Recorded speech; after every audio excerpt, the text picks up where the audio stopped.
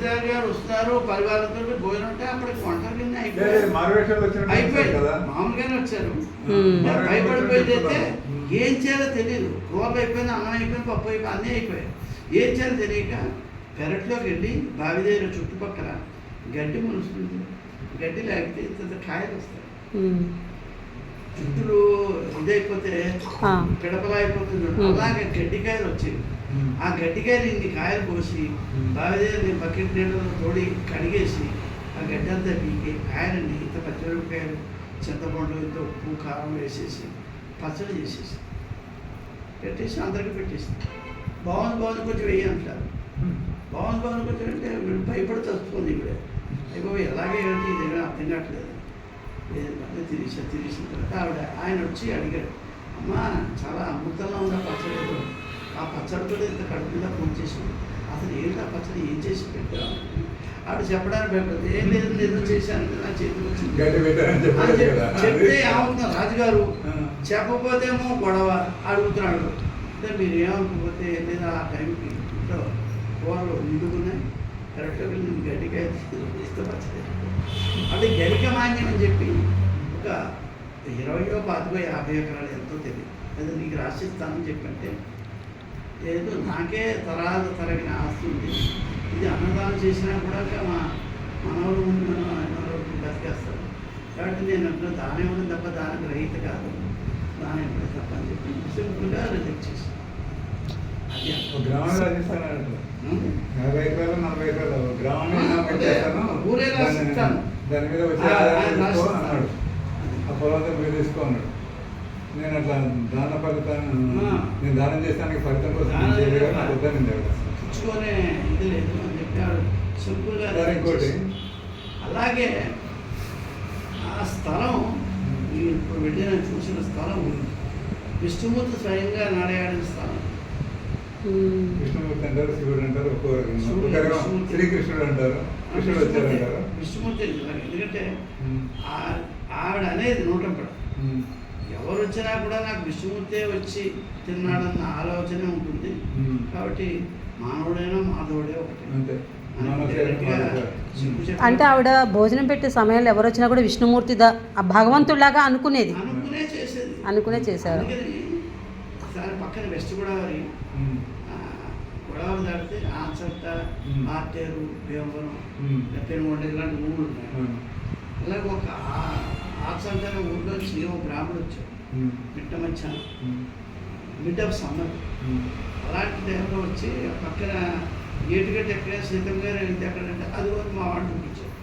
వాళ్ళందరూ చేయి వెదపరు, వాళ్ళు మంచి సంపద, వాళ్ళందరూ 10 రూపాయలు వాళ్ళ ఆస్తులని జాగ్రత్త కూడబెట్టుకున్నారు. ఇలాంటిగా వెళ్ళాం. వాళ్ళు ఏమి దానం చేయలేదు కాబట్టి దానం చేసిన ఇల్లు ఎలా ఉందో చూసారు. అది కరెక్ట్ అండి. మా దేవుడి ఆవిడ రక్త సంబంధికులైన ఆవిడ ఆశీస్సులతో మేము చాలా హ్యాపీ. మేము రక్త కష్టంతో హైదరాబాద్ వచ్చాం, కష్టపడ్డాం. 10 రూపాయలు చాలా మాహితి చెప్తాను.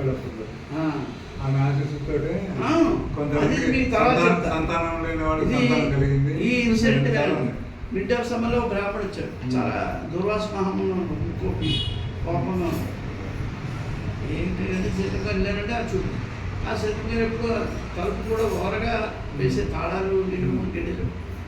సీతం గారు ఉన్నారా? నేను చెప్పండి ఏం కావాలి రండి. ఆవిడ ఒకటే అనేది రండి కాడు కొడుకొని పోయింది. వేరే ఏదో అక్కడ టైప్ రికార్డ్ చేసినట్టే రండి కాడు కొడుకు వచ్చేది.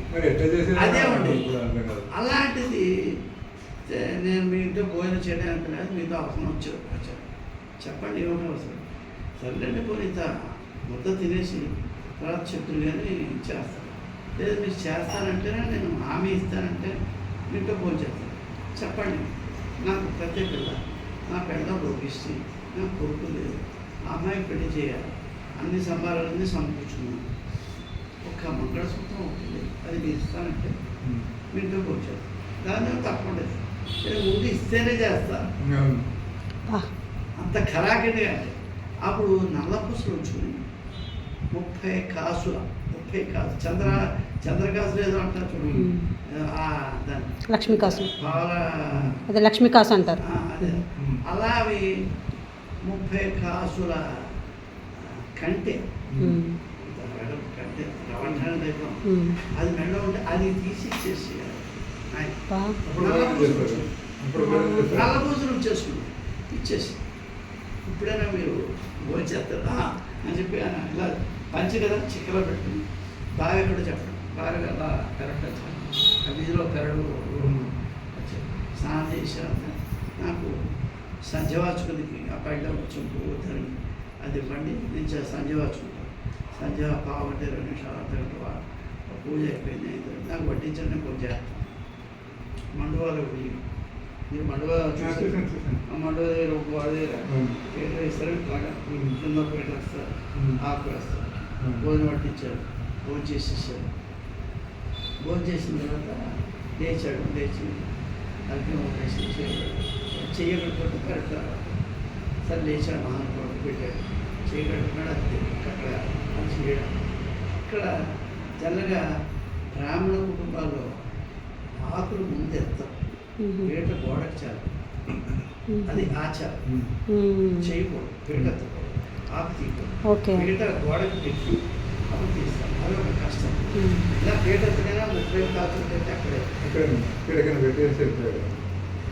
మళ్ళీ పక్కనే మర్చిపోయి ఎండబడింది. ఈవిడ పనివాళ్ళు ఎరా ఆయన పంతులు గారు అలా పెట్టారు ఇది పెట్టారు చూసారా ఏమైంది అక్కడ లేరండి ఎవరో ఏ పంతులు గారు లేరు లేదు ఈవిడ వెళ్ళిందని నేను విన్నాను సార్. వీడే నగబట్టుకొని వీడనకనే వెళ్ళింది. ఉంటారు కదా అన్నాడికి పెరట్లోంచి అలా వీధిలోకి వచ్చి అరుగు మీద అన్న వారేడు చూడాలి ఇది కూడా రాజగోపాల స్వామి టెంపుల్ అరుగు మీద అన్న పడుకున్నాడు చూడు ఎండ గాలి లోపల కూడా అది చూడడం సమస్యకి ఆ 4 గోడల రోడ్లోకి వెళ్తే ఇలా మన వాడికి ఈ విధంగా ఉంటాడు బ్రాహ్మణుడిగా వచ్చాడు ఎవరు ఏ బ్రాహ్మణుడు రాలేకపోతే తెచ్చి ఇక్కడ ఎవరూ లేరు అలాగే రెస్టారెంట్ ఆ బెడ్ పడవ రోడ్డు వరకు వెళ్ళి చూస్తే ఎవడు ఆ పడవని కూడా ఏమన్నా ఎవరన్నా రేవు దాటారా అప్పుడు వచ్చి చెప్పేవాడికి ఇది మిరాకిల్ కదా. చెప్పేదండి అసలు చూడండి అంటే ఆవిడకి మధ్యాహ్నం పోచేది బెంగపట్టి ఇచ్చిన దానం చేసాం అది వస్తువు నాది కాదు ఇక ఒకసారి ఇచ్చేసాం అది నాది కాదు నా ఇంట్లో ఉన్నప్పుడు నాది కాదు అలాగట్టు ఇది నా ఉంటుంది ఇది నాకు తేడు జడ్డు పాకినట్టు అనిపిస్తుంది ఇది ఎలాగా ఇవ్వాలి ఆయనకి ఎలా అందజేయాలి అని ఒక బెంగతోటి తెల్లే మధ్యాహ్నం తెల్లే సాయంకాలం పోచేది పలహారం చేయాలి ఇంకా అక్కడ నిద్ర పడుతుంది అక్కడ ఏదైనా ఉంటే నిద్ర వస్తుంది ఏమీ లేదు మనకి బలవంతంగా ఎంత రాత్రి 4 గంటలు తెలుగులో ఉన్నాం కదా బై నేచర్లో మనకి ఏదో విధంగా కడుపు మూత పడుతుంది 11, 12 ఆ ప్రాంతానికి ఆ సామరాత్రులు ఆ టైంలో కడుపు మూసుకుని కావచ్చు విశ్వంలో అక్కడ సీతమ్మ నువ్వు మధ్యాహ్నం వచ్చింది ఎవరు అనుకుంటావు నేనే నువ్వు అన్నదానం కాకుండా వస్తురూపాన కూడా దానం చేస్తావా లేదా అని నేను పరీక్షించడానికి వచ్చాను అంతేగాని నువ్వు బెంగపడిపోకు హ్యాపీగా నీ కీర్తి ఆచంద్ర తారకం ఉంటుంది ఖండాంతరం వ్యాపిస్తుంది మేము బెంగపడుతుంది అని చెప్పి కడుగు చూసి అలా కూడా అందుకే అక్కడ విష్ణుమూర్తి నారాయణ తెలియసాను దేవుడు రూపంలో అదే దేవుడే మనిషి రూపంలో వచ్చి భోంచేసి వెళ్ళాడు. తర్వాత ఆమె రాత్రి కళ్ళు కనపడి నువ్వు అన్నదానికి ఇబ్బంది పడుతున్నావు నీ ఇంట్లోనే నీ పొలంలోనే పలానా చోట ఇది ఉంది తవ్వు అని అంటే పొద్దున తవ్వు వేరు అంటే లెక్క మీద దొరికినాయి ఆ లెక్క మీద ఆగిపోతుంది ఎట్లా దేవుడు లెక్క మీద మళ్ళీ అన్నదానం కొనసాగింది. ఆవిడ దేవుని అంశతో పుట్టిన ఆవిడలాగానే అనిపిస్తుంది కదండి.